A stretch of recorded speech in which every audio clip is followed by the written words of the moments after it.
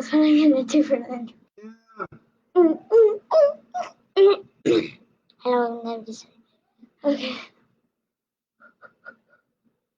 Hello, welcome to ID Storytelling. How are you doing today? We are going to be reading the Bible with my dad here, and then we are going to be doing the joke of the day, and then we are going to be doing the synopsis, and then we are going to be reading 20 Leagues Under the Sea, and I'm going to drown. 20,000! So today is 20 Leagues Under the Sea, and we will be reading every single league. So yesterday, I think this question came to me this morning. Somebody, one of our viewers, asked me how long a fathom is, and so we looked it up. A fathom is defined as 2 yards. So that's 6 feet, 1 fathom.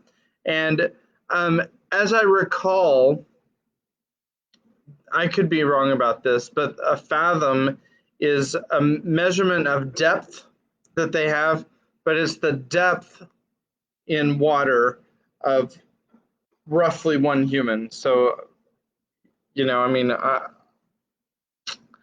I think that ancient people used to be shorter than people are today, but, so fathom is a depth of 1 human height, but officially defined it is 6 feet or 2 yards. So that is what a fathom is. And we know that a league is the distance that a man can walk in 1 hour, which is defined officially as about 3 miles. So that is some interesting measurements. Right now we're going to get on with, if I can find it here, the Bible passage, which we read 33, 34 yesterday. So today we're going to read 35 and 36 of the book of Genesis. I just posted the link. I hope that somebody joins us. Kimmy, post the links. And here we go. So Genesis chapter 35, this is the English Standard Version of the Bible. God said to Jacob, "Arise, go up to Bethel and dwell there. Make an altar there to the God who appeared to you when you fled from your brother Esau." So Jacob said to his household and to all who were with him, "Put away the foreign gods that are among you and purify yourselves and change your garments. Then let us arise and go up to Bethel so that I may make there an altar to the God who answers me in the day of my distress and has been with me wherever I have gone." So they gave to Jacob all the foreign gods that they had and the rings that were in their ears. Jacob hid them under the terebinth tree that was near Shechem.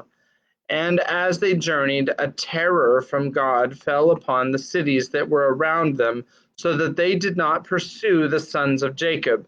And Jacob came to Luz, that is Bethel, which is in the land of Canaan, and he and all the people who were with him.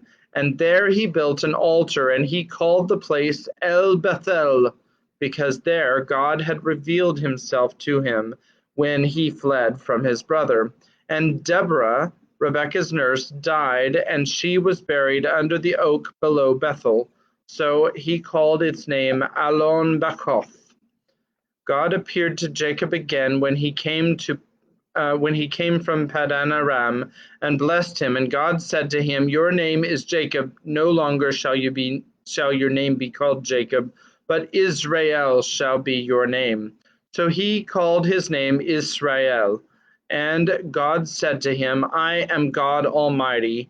Be fruitful and multiply. A nation and a company of nations shall come from you, and kings shall come from your own body.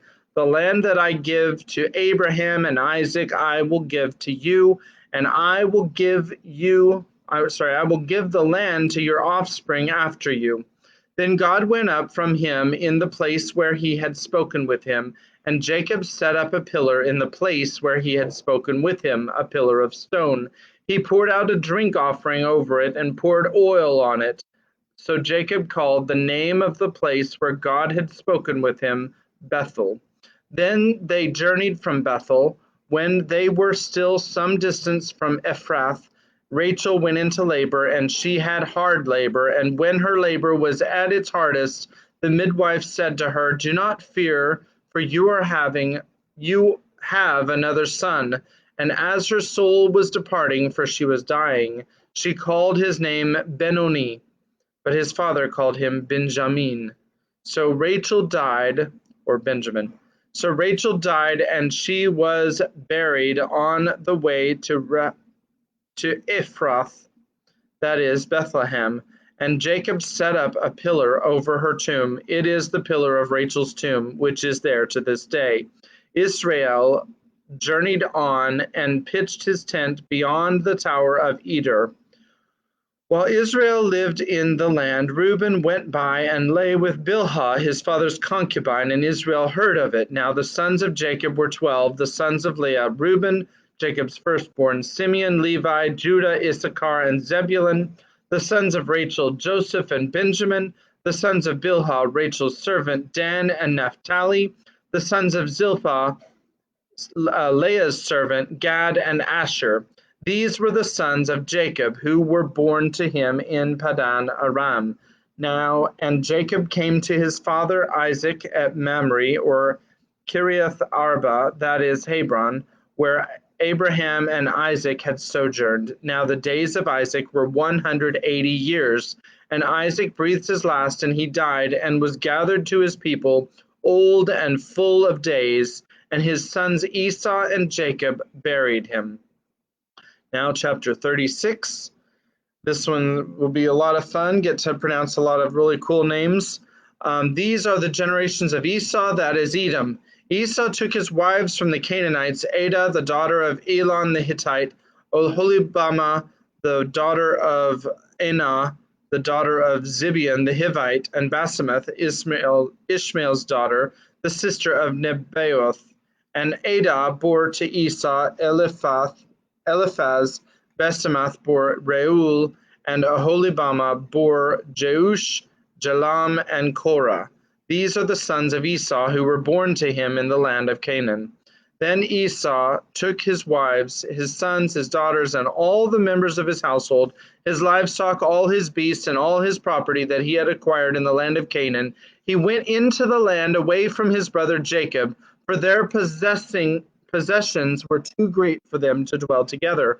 The land of their sojournings could not support them because of their livestock. So Esau settled in the hill country of Seir. Esau is Edom. These are the generations of Esau, the father of the Edomites, in the hill country of Seir. These are the names of Esau's sons: Eliphaz, the son of Adah, the wife of Esau; Reuel, the son of Basemath, the wife of Esau. The sons of Eliphaz were Teman, Omar, Zepho, Gatam, and Kenaz. Timnah was the concubine of Eliphaz, Esau's son. She bore Amalek to Eliphaz. These are the sons of Adah, Esau's wife. These are the sons of Reuel: Nahath, Zerah, Shammah, and Mizah. These are the sons of Basemath, Esau's wife. These are the sons of Oholibamah, the daughter of Anah, the daughter of Zibeon, Esau's wife. She bore to Esau Jeush, Jalam, and Korah. These are the chiefs of the sons of Esau, the sons of Eliphaz, the firstborn of Esau, the chiefs of Teman: Omar, Zepho, Kenaz, Korah, Gatam, and Amalek. These are the chiefs of Eliphaz in the land of Edom. These are the sons of Adah. These are the sons of Reuel, Esau's son. The chiefs, Nahaz, Zerah, Shammah, and Mizah. These are the chiefs of Reuel in the land of Edom. These are the sons of Basemath, Esau's wife. These are the sons of Oholibamah, Esau's wife. The chiefs Jeush, Jalam, and Korah. These are the chiefs born of Oholibamah, the daughter of Anah, Esau's wife. These are the sons of Esau, that is Edom, and these are their chiefs. These are the sons of Seir the Orite, the inhabitants of the land: Lotan, Shobal, Zibeon, Anah, Dishan, Ezer, and Dishan. These are, yes, it's Dishan and Dishan. Wow, with an Oxford comma in between. So obviously two different people. These are the chiefs of the Horites, the sons of Seir in the land of Edom. The sons of Lotan were Hori and Himam, and Lotan's son was Timnah. These are the sons of Shobal, Alvan, Manahath, Abel, Shepho, and Onam. These are the sons of Zibeon, Ai, and Anah. He is the Anah who found the hot springs in the wilderness as he pastured the donkeys of Zibeon his father.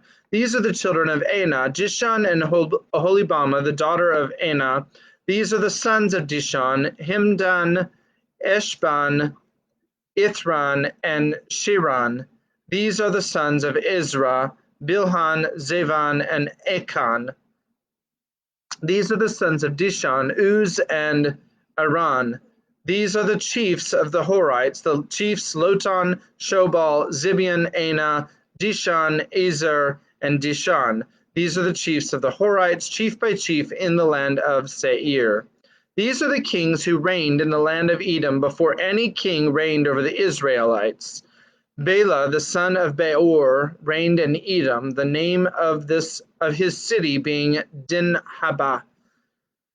Bela died, and Jobab, the son of Zerah of Bozrah, reigned in his place. Jobab died, and Husham of the land of the Temanites reigned in his place. Husham died, and Hadad, the son of Bedad, who defeated Midian in the country of Moab, reigned in his place, the name of his city being Avith. Hadad died, and Samlah of Masrekah reigned in his place. Samlah died, and Shaul of Rehoboth of the Euphrates reigned in his place. Shaul died, and Baal-Hanan, the son of Achbor, reigned in his place. Baal-Hanan, the son of Achbor, died, and Hadar reigned in his place, the name of his city being Pau. His wife's name was Mehetabel, the daughter of Matred, the daughter of Mezahab. These are the dwellings of the chiefs of Esau, according to their clans and their dwelling places, by their names, the chiefs Timnah, Alva, Jethreth, Aholibama, Elah, Pinon, Kenaz, Teman, Mibzar, Magdiel, and Iram.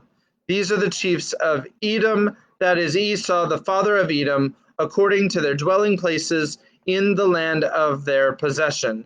So, chapter 36, I know it's a lot of names, and whenever we go through these names, what I always remember is that when this book was originally written, of course, the Israelites had just left Egypt. They'd wandered around the desert for 40 years, and they were getting ready to go into the country that God had promised them. And I'm sure that many of these names may have had a lot more relevance then than they do in 2020 in America. So a homework assignment would be to look up one of these names, just one, and try to see if you can find an etymology or some kind of significance to any of these names. This is in Genesis chapter 26. And let me know in the comments what you come up with, what you find, and it'll be an interesting little research project that we get. If we can maybe come back tomorrow, and if each of us picks one person, then maybe we'll have some different stuff that we learn.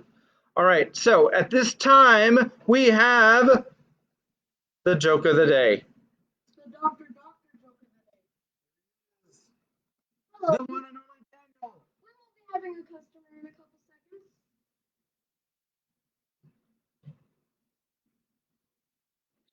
Doctor, what did the X-ray of my head show? Absolutely nothing,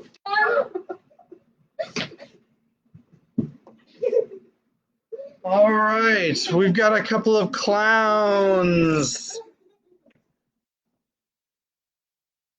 So now it is time for the synopsis.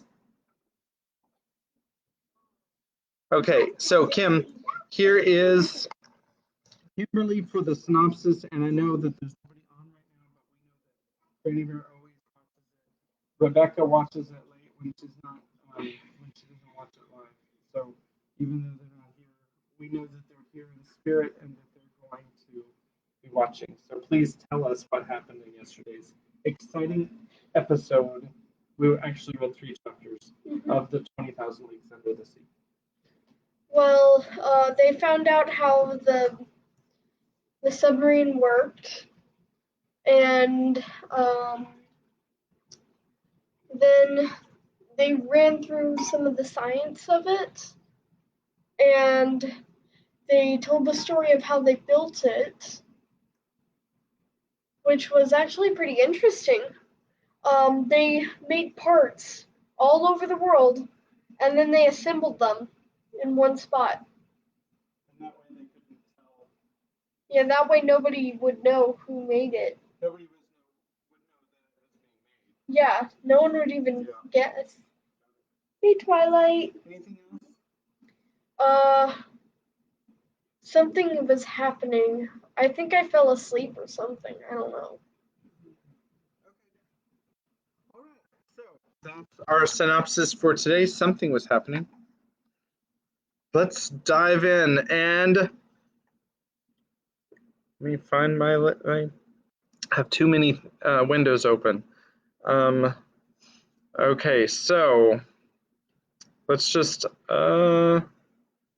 He passed his evening reading, writing, and thinking, then sleep overpowered him, and he stretched on his couch of Zostera and slept profoundly whilst the Nautilus was gliding rapidly through the current of the Black River.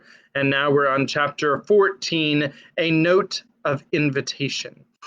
The next day was the 9th of November. I awoke after a long sleep of 12 hours. Consul came, according to custom, to know how I passed the night, and to offer his services. He had left his friend, the Canadian, sleeping like a man who had never done anything else all his life.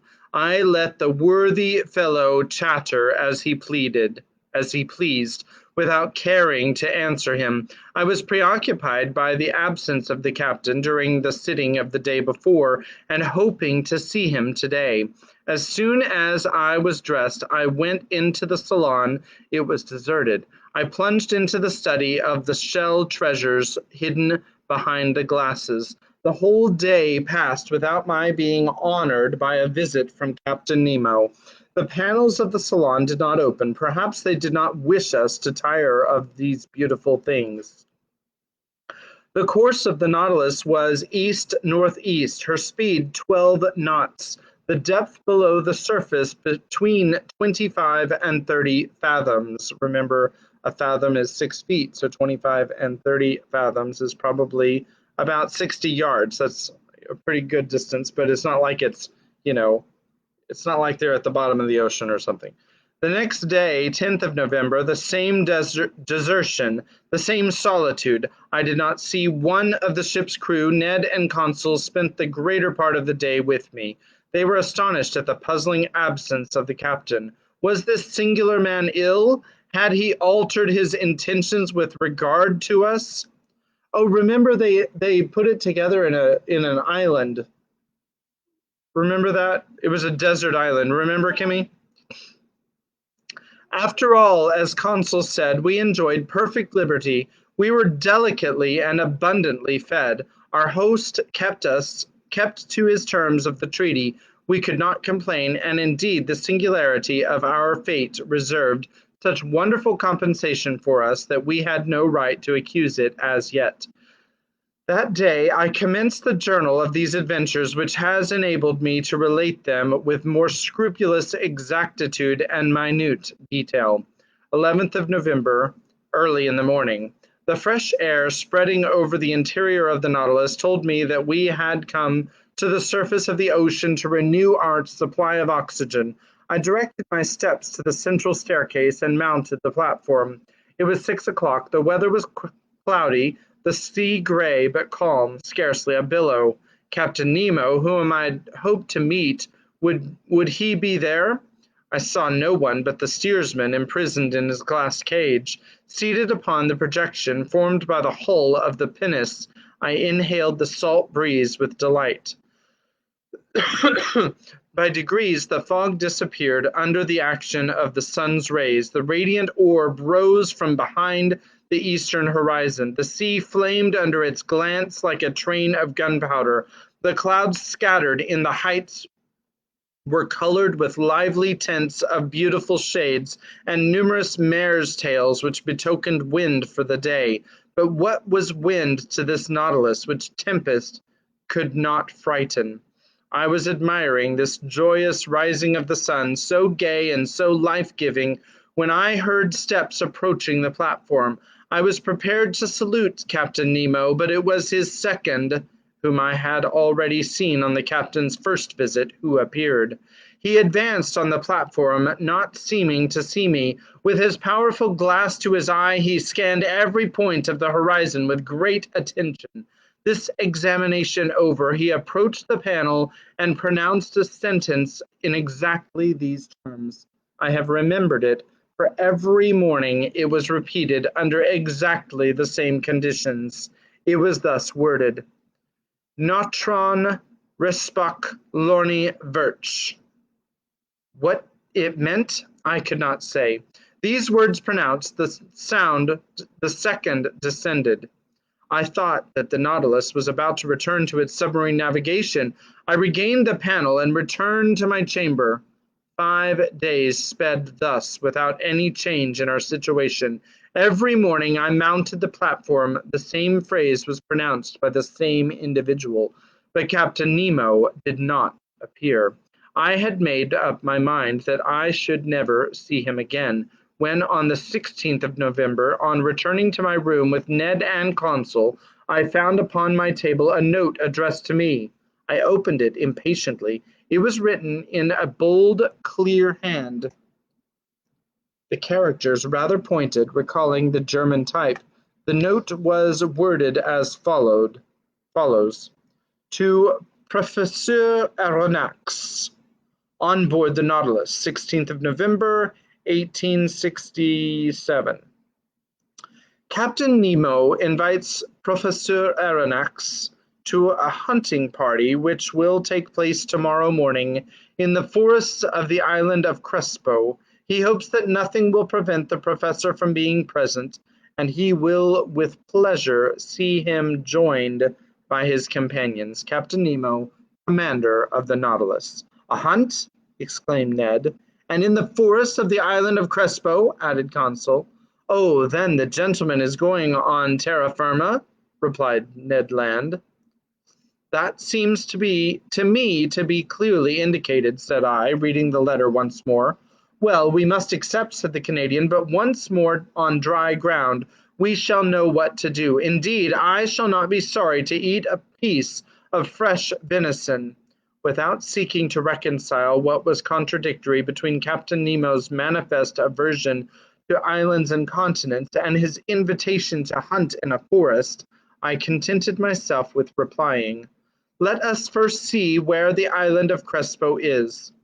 I consulted the planisphere, and in 32 degrees 40 minutes north latitude and 157 degrees 50 minutes west longitude. If somebody wants to look those up, please place that in the comments. I found a small island recognized in 1801 by Captain Crespo and marked in the ancient Spanish maps as Roco de la Plata, the meaning of which is the Silver Rock. It might actually be easier to just look that up on Google Maps, by the way. We were then about 1,800 miles from our starting point, and the course of the Nautilus, a little changed, was bringing it back toward the southeast. I showed this little rock, lost in the midst of the North Pacific, to my companions. If Captain Nemo does sometimes go on dry ground, said I, he at least chooses desert islands. Ned Land shrugged his shoulders without speaking, and Conseil and he left me. After supper, which was served by the steward, mute and impassive, I went to bed, not without some anxiety. The next morning, the 17th of November, on awakening, I felt that the Nautilus was perfectly still. I dressed quickly and entered the salon. Captain Nemo was there, waiting for me. He rose, bowed, and asked me if it was convenient for me to accompany him. As he made no allusion to his absence during the last 8 days, I did not mention it, and simply answered that my companions and myself were ready to follow him. We entered the dining room, where breakfast was served. Monsieur Aronnax, said the captain, pray share my breakfast without ceremony. We will chat as we eat. For though I promised you a walk in the forest, I did not undertake to find hotels there. So breakfast as a man who will most likely not have his dinner till very late. I did honor to the repast. It was composed of several kinds of fish and slices of sea cucumber and different sorts of seaweed. Our drink consisted of pure water, to which the captain added some drops of a fermented liquor extracted by the Kamchatka method from a seaweed known under the name of Rhodomenia palmata. Captain Nemo ate at first without saying a word. Then he began, Sir, when I proposed to you to hunt in my submarine forest of Crespo, you evidently thought me mad. Sir, you should never judge lightly of any man. But, Captain, believe me, be kind enough to listen, and you will then see whether you have any cause to accuse me of folly and contradiction. I listen. You know as well as I do, Professor, that man can live under water, providing he carries with him a sufficient supply of breathable air. In submarine works, the workman clad in an impervious dress, with his head in a metal helmet, receives air from above by means of forcing pumps and regulators. That is a diving apparatus, said I. Just so, but under these conditions the man is not at liberty. He is attached to the pump, which sends him air through an India rubber tube, and if we were obliged to be thus held to the Nautilus, we could not go far. And the means of getting free? I asked. It is to use the Rouquayrol apparatus invented by 2 of your own countrymen, which I have brought to perform for my own use, and which will allow you to risk yourself under these new physiological conditions without any organ whatever suffering. It consists of a reservoir of thick iron plates in which I store the air under a pressure of 50 atmospheres. This reservoir is fixed on the back by means of braces like a soldier's knapsack. Its upper part forms a box in which the air is kept by means of a bellows and therefore cannot escape unless at its normal tension. In the Rouquayrol apparatus, such as we use, 2 India rubber pipes leave this box and join a sort of tent which holds the nose and mouth. One is to introduce fresh air, the other to let out the foul, and the tongue closes one or the other according to the wants of the respirator. But I, in encouraging great pressures at the bottom of the sea, was obliged to shut my head like that of a diver in a ball of copper. And it is to this ball of copper that the 2 pipes, the inspirator and the expirator, open. Perfectly, Captain Nemo, but the air that you carry with you must soon be used. When it only contains 15% of oxygen, it is no longer fit to breathe. Right, but I told you, Monsieur Aronnax, that the pumps of the Nautilus allow me to store the air under considerable pressure, and on those conditions the reservoir of the apparatus can furnish breathable air for 9 or 10 hours. Wow, I'm sure a diver today would love to have something that would give him 9 or 10 hours underwater, but I have no further objections to make, I answered. I will only ask you one thing, Captain. How can you light your road at the bottom of the sea? With the Ruhmkorff apparatus, Monsieur Aronnax, one is carried on the back, the other is fastened to the waist. It is composed of a Bunsen pile, which I do not work with bichromate of potash, but with sodium. A wire is introduced which collects the electricity produced and directs it toward a particularly made lantern. In this lantern is a spiral glass which contains a small quantity of carbonic gas. When the apparatus is at work, this gas becomes luminous, giving out a white and continuous light, thus provided I can breathe and I can see. Captain Nemo, to all my objections you make such crushing answers that I dare no longer doubt.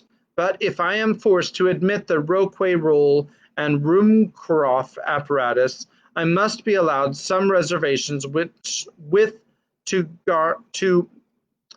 regard to the gun I am to carry. But it is not a gun for powder, answered the captain. Then it is an air gun? Doubtless. How would you have me manufacture gunpowder on board without either saltpeter, sulfur, or charcoal? Besides, I added, to fire under water in a medium 855 times denser than the air, we must conquer very considerable resistance.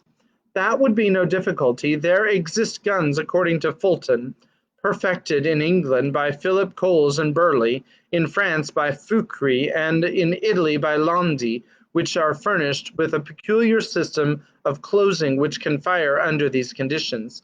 But I repeat, having no powder, I use air under great pressure, which the pumps of the Nautilus furnish abundantly. But this air must be rapidly used? Well, have I not my Rouquayrol reservoir, which can furnish it at need? A tap is all that is required. Besides, Monsieur Aronnax, you must see yourself that, during our submarine hunt, we can spend but little air and but few balls. But it seems to me that in this twilight and in the midst of this fluid, which is dense compared with the atmosphere, shots could not go far, nor easily prove mortal. Sir, on the contrary, with this gun every blow is mortal, and however lightly the animal is touched, it falls as if struck by a thunderbolt. Why? Because the balls sent by the gun are not ordinary balls, but little cases of glass. These glass cases are covered with a case of steel and weighted with a pellet of lead. They are real Leyden bottles, into which the electricity is forced to a very high tension. With the slightest shock they are discharged, and the animal, however strong it may be, falls dead. I must tell you that these cases are size number 4, and that the charge for an ordinary gun would be 10. I would argue no longer, I replied, rising from the table. I have nothing left but to take my gun. At all events, I will go where you go. Captain Nemo then led me aft, and in passing before Ned's and Consul's cabin, I called my 2 companions, who followed promptly. We then came to a cell near the machinery room, in which we put on our walking dress. Chapter 15, A Walk on the Bottom of the Sea. This cell was, so to speak correctly, the arsenal and wardrobe of the Nautilus. A dozen diving apparatuses hung from the partition waiting our use. Ned Land, on seeing them, showed evident repugnance to dress himself in one. But, my worthy Ned, the forests of the island of Crespo are nothing but submarine forests. Good, said the disappointed harpooner, who saw his dreams of fresh meat fade away. And you, Monsieur Aronnax, are you not going to dress yourself in those clothes? There is no alternative, Master Ned. As you please, sir, replied the harpooner, shrugging his shoulders. But as for me, unless I am forced, I will never get into one. No one will force you, Master Ned, said Captain Nemo. Is Consul going to risk it? Asked Ned. I'll follow my master wherever he goes, replied Consul. At the captain's call, 2 of the ship's crew came to help us dress in these heavy and impervious clothes made of India rubber without seam and constructed expressly to resist considerable pressure. One would have thought it a suit of honor, both supple and resisting. This suit formed trousers and waistcoat. The trousers were finished off with thick boots weighted with heavy leaden soles. The texture of the waistcoat was held together by bands of copper which crossed the chest, protecting it from great pressure of the water and leaving the lungs free to act. The sleeves ended in gloves which in no way restrained the movement of the hands.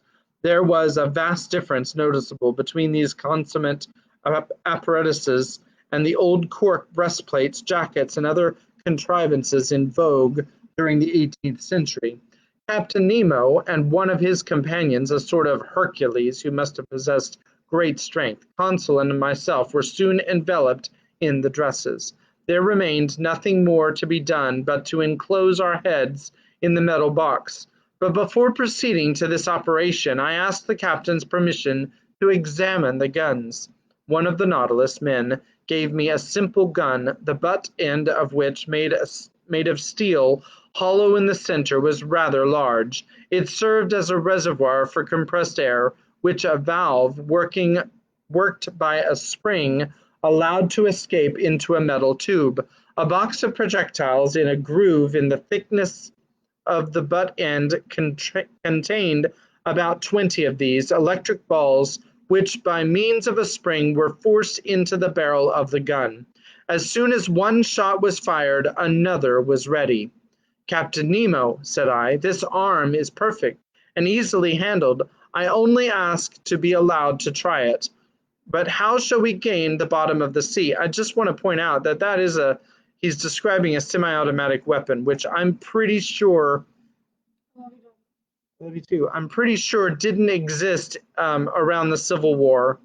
I don't think automatic weapons existed until after the Spanish-American War. I could check on that, but that is semi-automatic weapon where you fire and the next round is automatically charged. At this moment, Professor, the Nautilus is stranded in 5 fathoms, and we have nothing to do but to start. But how shall we get off? You shall see. Captain Nemo thrust his head into the helmet console, and I did the same, not without hearing an ironical "good sport" from the Canadian. The upper part of our dress terminated in the copper collar upon which was screwed the metal helmet. 3 holes, protected by thick glass, allowed us to see in all directions, but simply turning our head in the interior of the headdress. As soon as it was in position, the roll apparatus, I'm probably pronouncing that right, or that it wrong. It's probably roll, because it is French, so if you know how to pronounce it, please let me know. On our backs began to act, and for my part, I could breathe with ease. With Ruhmkorff lamp hanging from my belt and the gun in my hands, I was ready to set out. But to speak the truth, imprisoned in these heavy garments and glued to the deck by my leaden shoes, it was impossible for me to take a step. But this state of things was provided for. I felt myself being pushed into a little room contiguous to the wardrobe room. My companions followed, towed along in the same way. I heard a watertight door, furnished with stopper plates, close upon us, and we were wrapped in profound darkness. After some minutes, a loud hissing was heard. I felt the cold mount from my feet to my chest. Evidently from some part of the vessel they had, by means of a tap, given entrance to the water which was invading us, and with which the room was soon filled. A second door, cut in the side of the Nautilus, then opened. We saw a faint light. In another instant our feet trod the bottom of the sea. And now how can I retrace the impression left upon me by that walk under the waters? Words are impotent to relate such wonders. Captain Nemo walked in front. His companion followed some steps behind. Consul and I remained near each other, as if an exchange of words had been possible through our metallic cases. I no longer felt the weight of my clothing, or of my shoes, of my reservoir of air, or my thick helmet, in the midst of which my head rattled like an almond in its shell. The light which lit the soil 30 feet below the surface of the ocean astonished me by its power. The solar rays shone through the watery mass easily and dissipated all color, and I clearly distinguished objects at a distance of 150 yards. Beyond that, the tints darkened into fine gradations of ultramarine and faded into vague obscurity. Truly, this water which surrounded me was but another air denser than the terrestrial atmosphere, but almost as transparent.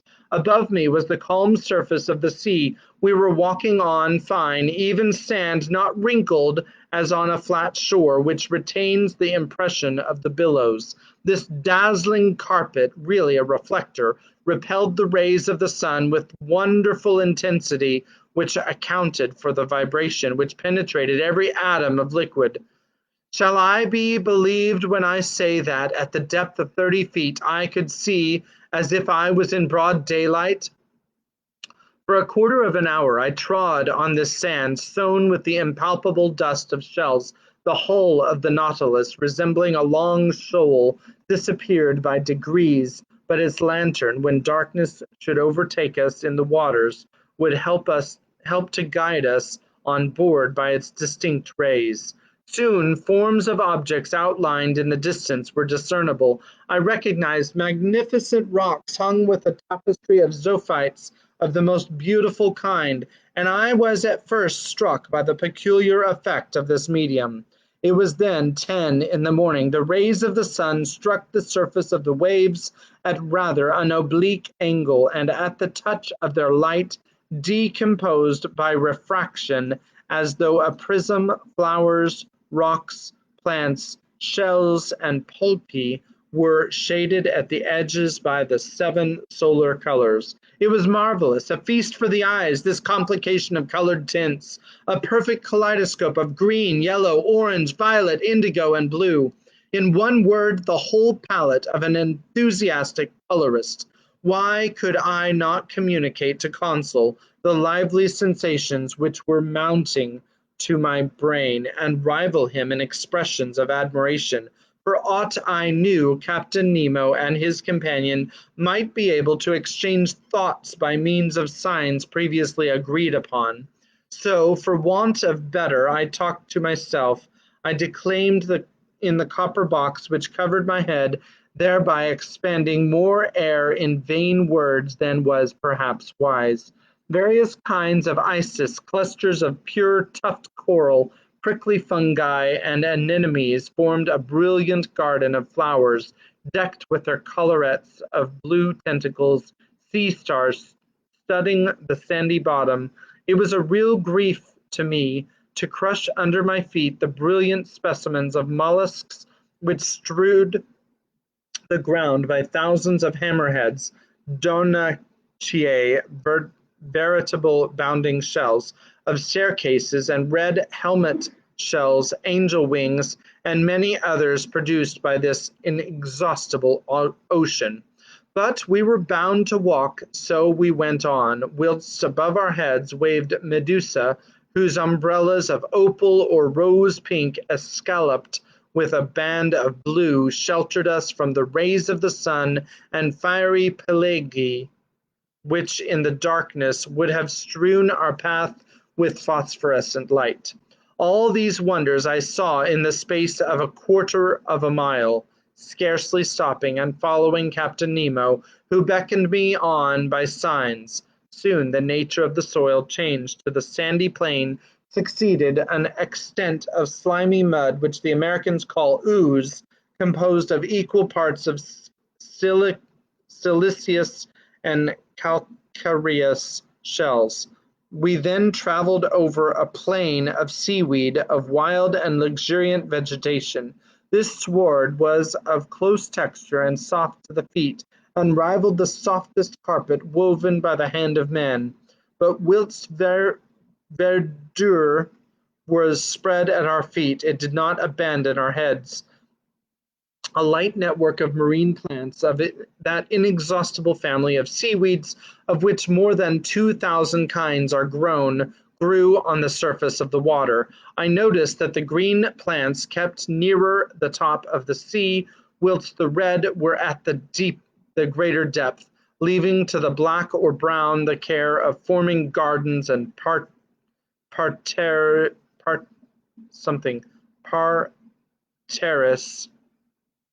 in the remote beds of the ocean. We had quitted the Nautilus about an hour and a half. It was near noon. I knew the perpendicularity of the sun's rays, which were no longer refracted. The magical colors disappeared by degrees, and the shades of emerald and sapphire were effaced. We walked with a regular step which rang upon the ground with astonishing intensity. The slightest noise was transmitted with a quickness to which the ear is unaccustomed on the earth. Indeed, water is a better conductor of sound than air in the ratio of 4 to 1. In this period, the earth sloped downward, the light took a uniform tint. We were at a depth of 105 yards and 20 inches, undergoing a pressure of 6 atmospheres. At this depth, I could still see the rays of the sun, though feebly. To their intense brilliancy had succeeded a reddish twilight, the lowest state between day and night, but we could still see well enough. It was not necessary to resort to the Ruhmkorff apparatus as yet. At this moment, Captain Nemo stopped. He waited till I joined him, and then pointed to an obscure mass looming in the shadow at a short distance. It is the forest of the land of Crespo, thought I, and I was not mistaken. Chapter 16 is called A Submarine Forest. I want to point out very quickly all of the things that Jules Verne is referencing here that has not been invented in 1869, 70, when this book was written, again, as a series of chapters published one at a time. So this Ruhmkorff apparatus is basically a flashlight. I don't know when the light bulb was invented exactly. If you want to look that up, you can leave that in the comments. I don't know when the flashlight was invented. I'm sure it was much later than the light bulb was invented. So I would estimate that this thing didn't exist. The other apparatus, the one that I could never pronounce, is like a air suit so that they can breathe air underwater, like a tank, an air tank. That's it. That with the tubes that you can breathe underwater. I'm absolutely certain that hadn't been invented. The other thing they talked about, semi-automatic weapon, that hadn't been invented.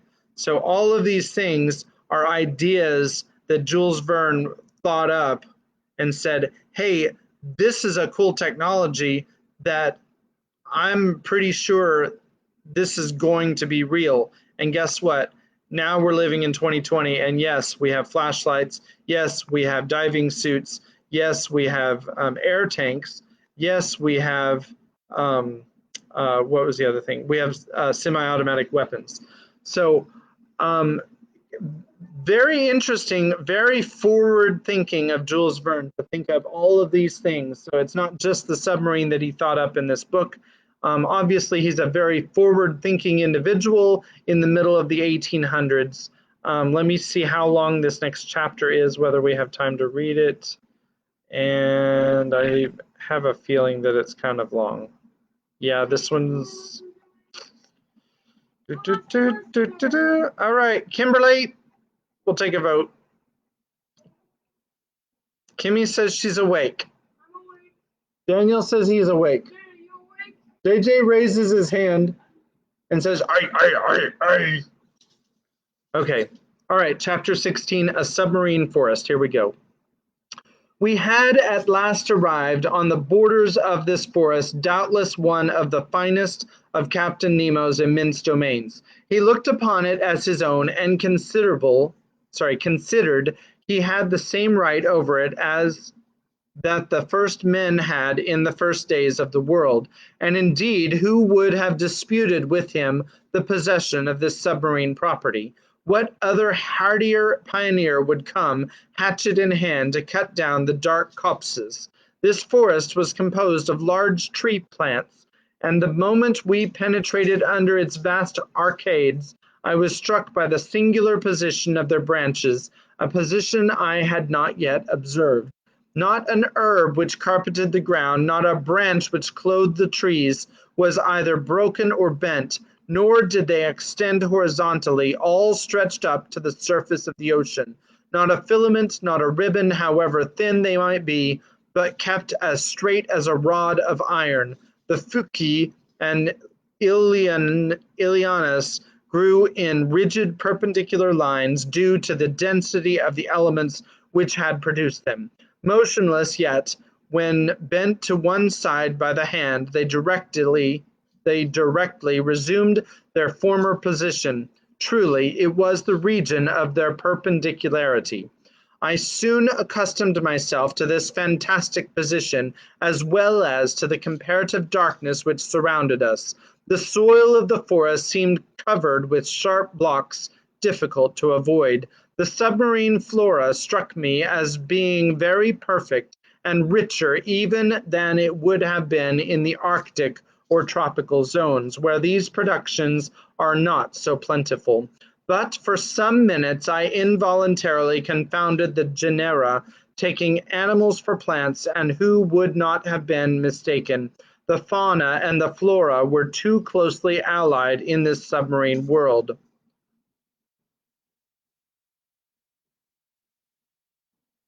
Sorry, I got distracted.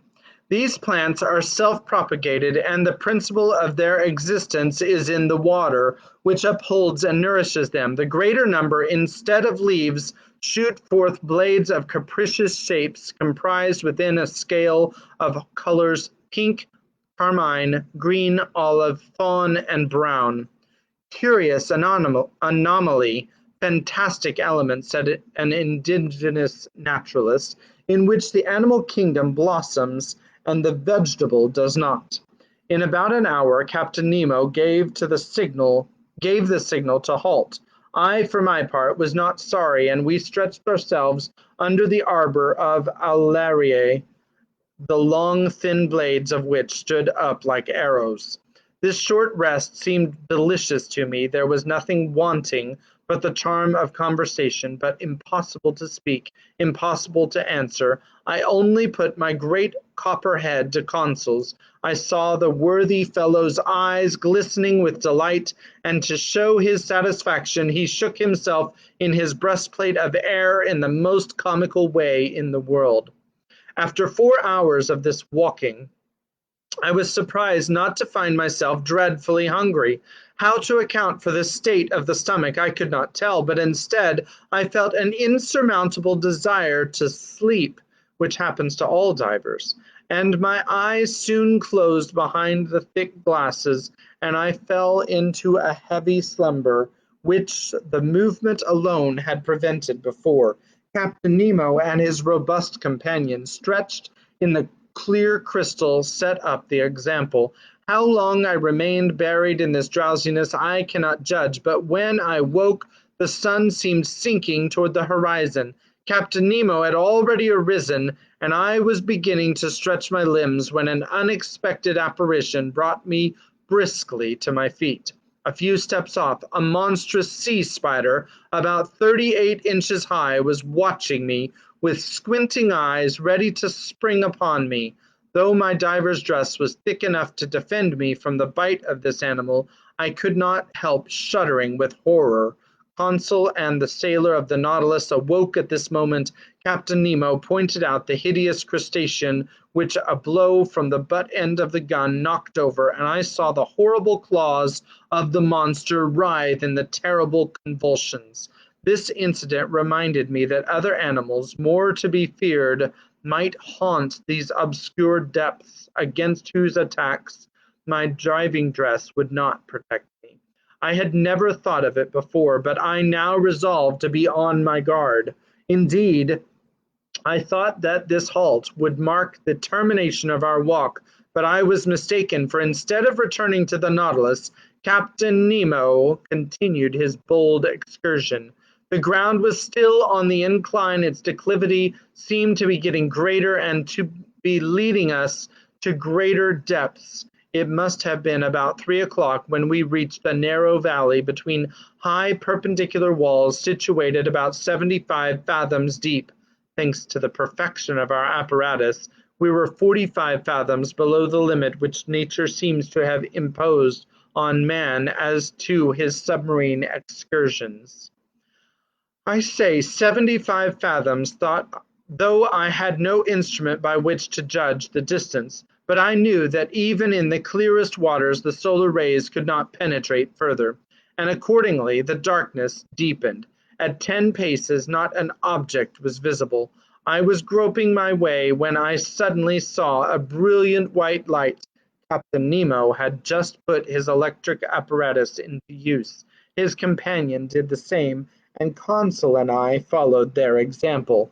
By turning a screw, I established a communication between the wire and the spiral glass, and the sea, lit by our 4 lanterns, was illuminated for a circle of 36 yards. As we walked, I thought the light of our Ruhmkorff apparatus could not fail to draw some inhabitant from its dark couch, but if they did approach us, they at least kept at a respectful distance from the hunters. Several times I saw Captain Nemo stop, put his gun to his shoulder, and after some moments drop it and walk on.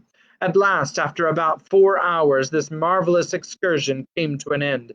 A wall of superb rocks in an imposing mass rose before us, a heap of gigantic blocks, an enormous steep granite shore forming dark grottos, but which presented no practicable slope. It was the prop of the island of Crespo. It was the earth. Captain Nemo stopped suddenly. A gesture of his brought us all to a halt, and however desirous I might be to scale the wall, I was obliged to stop.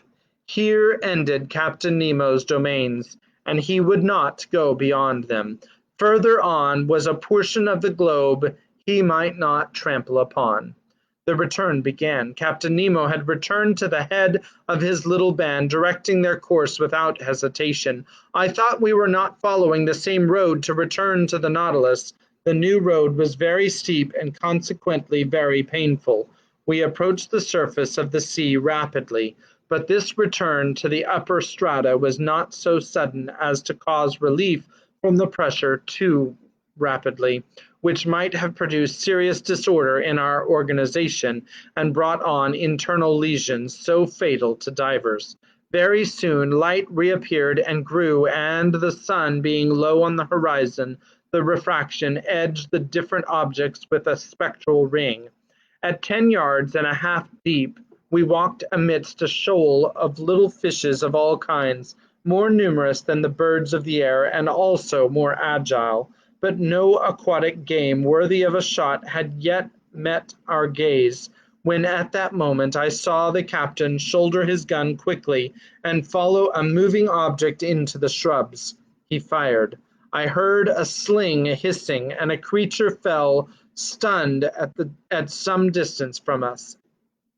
It was a magnificent sea otter, an anhydrus, the only exclusively marine quadruped.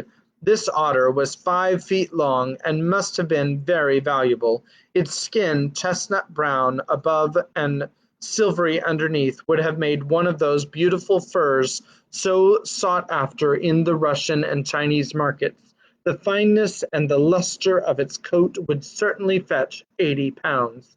I admired this curious mammal, with its rounded head ornamented with short ears, its round eyes and white whiskers like that of a cat, with webbed feet and nails and tufted tails. That precious animal, hunted and tracked by fishermen, was now become very rare and taken refuge chiefly in the northern parts of the Pacific, or probably its race would soon become extinct. Captain Nemo's companion took the beast, threw it over its shoulder, and we continued our journey. For 1 hour a plain of sand lay stretched before us. Sometimes it rose to within 2 yards and some inches of the surface of the water. I then saw our image clearly reflected, drawn inversely, and above us appeared an identical group reflecting our movements and our actions. In a word, like us in every point, except that they walked with their heads downward and their feet in the air. Another effect I noticed, which was the passage of thick clouds which formed and vanished rapidly, but on reflection I understood that these seeming clouds were due to the varying thickness of the reeds at the bottom, and I could even see the fleecy foam which their broken tops multiplied on the water, and the shadows of large birds passing above our heads, whose rapid flight I could discern on the surface of the sea. On this occasion I was witness to one of the finest gunshots which ever made the nerves of a hunter thrill. A large bird of great breadth of wing, clearly visible, approached, hovering over us. Captain Nemo's companion shouldered his gun and fired when it was only a few yards above the waves. The creature fell, stunned, and the force of its fall brought it within the reach of dexterous hunter's grasp. It was an albatross of the finest kind. Our march had not been interrupted by this incident. For 2 hours we followed these sandy plains, then fields of algae, very disagreeable to cross. Candidly, I could do no more when I saw a glimmer of light, which for a half-mile broke the darkness of the waters. It was the lantern of the Nautilus. Before 20 minutes were over, we should be on board, and I should be able to breathe with ease, for it seemed that my reservoir supplied air very deficient in oxygen. But I did not reckon on an accidental meeting which delayed our arrival for some time. I had remained some steps behind when I presently saw Captain Nemo coming hurriedly toward me. With his strong hand, he bent me to the ground, his companion doing the same to Conseil. At first I knew not what to think of this sudden attack, but I was soon reassured by seeing the captain lie down beside me and remain immovable. I was stretched on the ground just under the shelter of a bush of algae when, raising my head, I saw some enormous mass casting phosphorescent gleams pass blustering by. My blood froze in my veins, and I recognized 2 formidable sharks which threatened us. It was a couple of Tentorias, terrible creatures with enormous tails and a dull, glassy stare, the phosphorescent matter ejected from holes pierced around the muzzle. Monstrous brutes, which would crush a whole man in their iron jaws. I did not know whether Conseil stopped to classify them. For my part, I noticed their silver bellies and their huge mouths bristling with teeth from a very unscientific point of view, and more as a possible victim than as a naturalist. Happily, the voracious creatures did not see well. They passed without seeing us, brushing us with their brownish fins, and we escaped by a miracle from a danger certainly greater than meeting a tiger full face in the forest. Half an hour after, guided by the electric light, we reached the Nautilus. The outside door had been left open, and Captain Nemo closed it as soon as we entered the first cell. He then pressed a knob. I heard the pumps working in the midst of the vessel. I felt the water sinking from around me, and in a few moments the cell was entirely empty. The inside door then opened, and we entered the vestry. There our diving dress was taken off, not without some trouble, and fairly worn out from want of food and sleep. I returned to my room in great wonder at this surprising excursion at the bottom of the sea. Chapter 17 is called 4,000 Leagues Under the Pacific, and we will read that one tomorrow. Hope you're enjoying the exciting story by Jules Verne, 20,000 Leagues Under the Sea, and I hope to see you again tomorrow. And that's another story. The end. Good night. Another story for another time. That's what J.